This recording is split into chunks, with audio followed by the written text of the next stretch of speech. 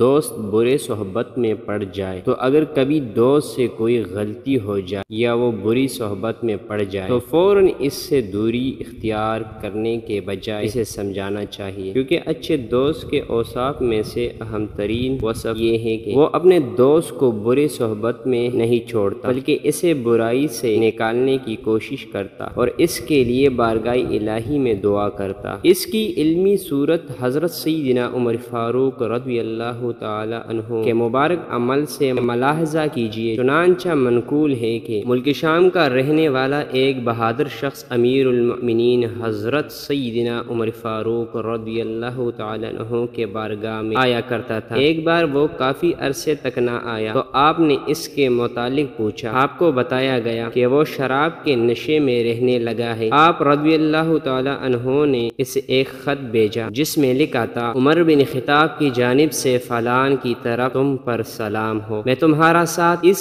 اللہ کی نعمت کا شکر ادا کرتا ہوں جس کے سوا کوئی معبود نہیں۔ وہ گناہوں کو بخشنے والا، توبہ قبول فرمانے والا، شدید پکڑ کرنے والا اور خوب مہربان بھی ہے۔ اس کے سوا کوئی لائق عبادت نہیں اور اسی کی طرف لوٹنا ہے۔ پھر آپ رضی اللہ تعالی عنہ نے ساتھیوں سے فرمایا: اپنے بھائی کے لیے اللہ تعالیٰ سے دعا کرو کہ اللہ کریم اس کے دل کو پیر دے اور اس کی توبہ قبول کر لے۔ جب وہ مکتوب اس شخص کے پاس پہنچا تو اس نے پڑھنا شروع کیا اور بار بار کہتا جاتا: گناہوں کو بخشنے والا، توبہ قبول کرنے والا، میرے رب نے مجھے اپنے پکڑ سے ڈرایا ہے اور میری بخشش کا وعدہ کیا ہے۔ ایک روایت میں ہے کہ وہ شخص بار بار یہی کہتا رہا اور خود پر روتا رہا۔ اس نے شراب نوشی سے بھی سچی توبہ کر لی۔ جب یہ بات امیر المؤمنین حضرت سیدنا عمر فاروق اعظم رضی اللہ تعالی عنہ تک پہنچی تو آپ نے فرمایا: جب تم اپنے کسی بھائی کو بھٹکتا ہوا دیکھو تو اس طرح